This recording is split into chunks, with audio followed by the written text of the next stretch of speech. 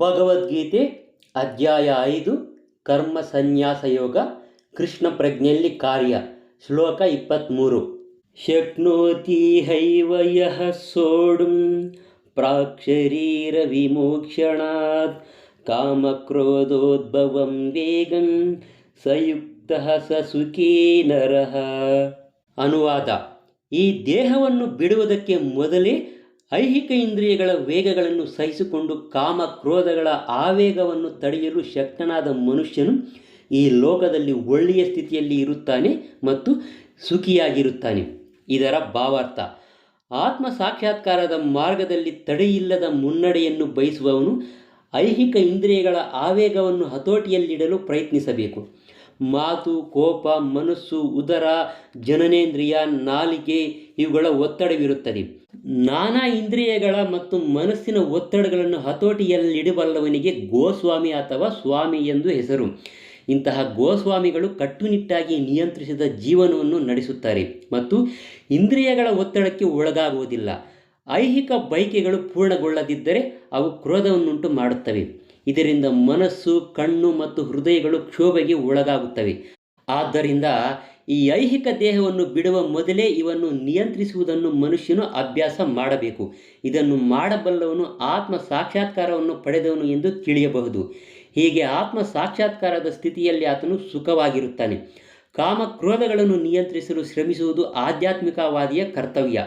ಶ್ಲೋಕ 24 ಯೋಂತಃ ಸುಖೋಂತಃ ರಾರಾಮಸ್ತತಾಂತರ್ಜ್ಯೋತಿರೇವ ಯಃ ಸಯೋಗಿ ಬ್ರಹ್ಮ ನಿರ್ವಾಣಂ ಬ್ರಹ್ಮಭೂತೋಧಿಗಚ್ಚತಿ.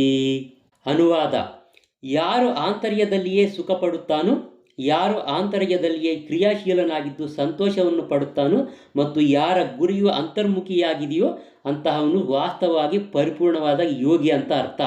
ಆತನು ಪರಮನಲ್ಲಿ ಮುಕ್ತನು ಮತ್ತು ಕಟ್ಟಕಡೆಗೆ ಪರಮಪ್ರಭುವನ್ನು ಹೊಂದುತ್ತಾನೆ. ಇದರ ಭಾವಾರ್ಥ: ಬಹಿರಂಗದ ಕ್ರಿಯೆಗಳು ಕ್ಷುಲ್ಲಕ ಸುಖವನ್ನು ಪಡೆಯುವುದಕ್ಕಾಗಿಯೇ ಇವೆ.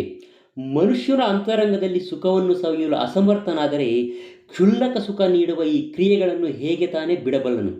ಮುಕ್ತನಾದ ಮನುಷ್ಯನು ವಾಸ್ತವವಾದ ಅನುಭವದಿಂದ ಸುಖವನ್ನು ಸವಿಯುತ್ತಾನೆ. ಆದ್ದರಿಂದ ಆತನು ಯಾವ ಸ್ಥಳದಲ್ಲಿಯೇ ಆಗಲಿ ಮೌನವಾಗಿ ಕುಳಿತು ತನ್ನೊಳಗೆ ಬದುಕಿನ ಚಟುವಟಿಕೆಗಳನ್ನು ಸವಿಯಬಲ್ಲ.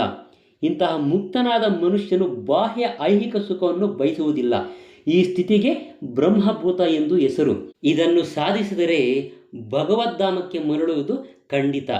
ಶ್ಲೋಕ 25 ಲಭಂತೆ ಬ್ರಹ್ಮ ನಿರ್ವಾಣಂ ಋಷಯಃ ಕ್ಷೀಣ ಕಲ್ಮಷಾಃ ಚಿನ್ನದ್ವೈದಾಯತಾತ್ಮಾನಂ ಸರ್ವಭೂತಹಿತೇ ರತಾಃ. ಅನುವಾದ: ಯಾರು ಸಂದೇಹಗಳಿಂದ ಉದ್ಭವವಾಗುವಂತಹ ದ್ವಂದ್ವಗಳನ್ನು ಮೀರಿರುವವರು, ಅಂತರಂಗದಲ್ಲಿ ಮನಸ್ಸನ್ನು ತೊಡಗಿಸಿರುತ್ತಾರೋ, ಎಲ್ಲ ಜೀವಿಗಳ ಹಿತಕ್ಕಾಗಿ ಸದಾ ಶ್ರಮಿಸುವವರು ಮತ್ತು ಎಲ್ಲ ಪಾಪಗಳಿಂದ ಮುಕ್ತರಾಗಿರುವರು, ಅವರು ಪರಮನಲ್ಲಿ ಮುಕ್ತಿಯನ್ನು ಪಡೆಯುತ್ತಾರೆ. ಇದರ ಭಾವಾರ್ಥ: ಸಂಪೂರ್ಣವಾಗಿ ಕೃಷ್ಣ ಪ್ರಜ್ಞೆಯಲ್ಲಿರುವಂತಹ ಮನುಷ್ಯನು ಮಾತ್ರ ಎಲ್ಲ ಜೀವಿಗಳ ಕಲ್ಯಾಣ ಕಾರ್ಯದಲ್ಲಿ ನಿರತನಾಗಿದ್ದಾನೆ ಎಂದು ಹೇಳಬಹುದು. ಎಲ್ಲದರ ಆದಿಮೂಲವು ಕೃಷ್ಣನೆಂಬ ವಾಸ್ತವ ಜ್ಞಾನವನ್ನು ಹೊಂದಿದ್ದು, ಆ ಮನೋಧರ್ಮದಲ್ಲಿ ಕೆಲಸ ಮಾಡುವಂತಹ ಮನುಷ್ಯನು ಎಲ್ಲರಿಗಾಗಿ ಕೆಲಸ ಮಾಡುತ್ತಾನೆ. ಕೃಷ್ಣನೇ ಪರಮ ಭೋಕ್ತಾರ, ಪರಮ ಪ್ರಭು ಮತ್ತು ಪರಮ ಮಿತ್ರ ಎನ್ನುವುದನ್ನು ಮರೆತಿರುವುದೇ ಮಾನವ ಕುಲದ ದುಃಖಗಳಿಗೆ ಕಾರಣ. ಆದ್ದರಿಂದ ಇಡೀ ಮಾನವ ಸಮಾಜದಲ್ಲಿ ಈ ಪ್ರಜ್ಞೆಯನ್ನು ಪುನಶ್ಚೇತನಗೊಳಿಸಲು ಶ್ರಮಿಸುವುದೇ ಅತ್ಯುನ್ನತವಾದ ಕಲ್ಯಾಣವಾದಂತಹ ಒಂದು ಕಾರ್ಯ. ಬ್ರಹ್ಮ ನಿರ್ವಾಣವಾಗದೆ ಇಂತಹ ಶ್ರೇಷ್ಠ ಕಲ್ಯಾಣ ಕಾರ್ಯಗಳಲ್ಲಿ ತೊಡಗುವುದು ಸಾಧ್ಯವಿಲ್ಲ. ಕೃಷ್ಣ ಪ್ರಜ್ಞೆ ಇರುವ ಮನುಷ್ಯನಿಗೆ ಕೃಷ್ಣನ ಪರಮಾಧಿಕಾರದ ವಿಷಯದಲ್ಲಿ ಯಾವುದೇ ರೀತಿಯ ಸಂದೇಹ ಅನ್ನೋದು ಇರೋದಿಲ್ಲ. ಆತನು ಎಲ್ಲ ಪಾಪಗಳಿಂದಲೂ ಬಿಡುಗಡೆಯನ್ನು ಹೊಂದಿರುತ್ತಾನೆ. ಆದ್ದರಿಂದ ಆತನಿಗೆ ಸಂದೇಹವೇ ಇಲ್ಲ. ಇದೇ ದೈವಿ ಪ್ರೇಮದ ಸ್ಥಿತಿ. ಮಾನವ ಸಮಾಜದ ಭೌತಿಕ ಹಿತಕ್ಕಾಗಿ ಮಾತ್ರ ಶ್ರಮಿಸುತ್ತಿರುವವನು ವಾಸ್ತವವಾಗಿ ಯಾರಿಗೂ ಸಹಾಯ ಮಾಡಲಾರ. ಬಾಹ್ಯ ಶರೀರಕ್ಕೆ ಮತ್ತು ಮನಸ್ಸಿಗೆ ತಾತ್ಕಾಲಿಕ ಪರಿಹಾರವನ್ನು ಕೊಡುವುದು ತೃಪ್ತಿಕರವಲ್ಲ.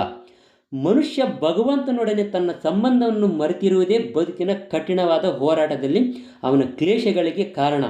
ಮನುಷ್ಯನಿಗೆ ಕೃಷ್ಣನೊಡನೆ ತನ್ನ ಸಂಬಂಧದ ಸಂಪೂರ್ಣ ಪ್ರಜ್ಞೆ ಇರುವಾಗ ಆತನು ಐಹಿಕ ಬಿಡಾರದಲ್ಲಿ ಇದ್ದರೂ ವಾಸ್ತವವಾಗಿ ಮುಕ್ತಾತ್ಮನೇ.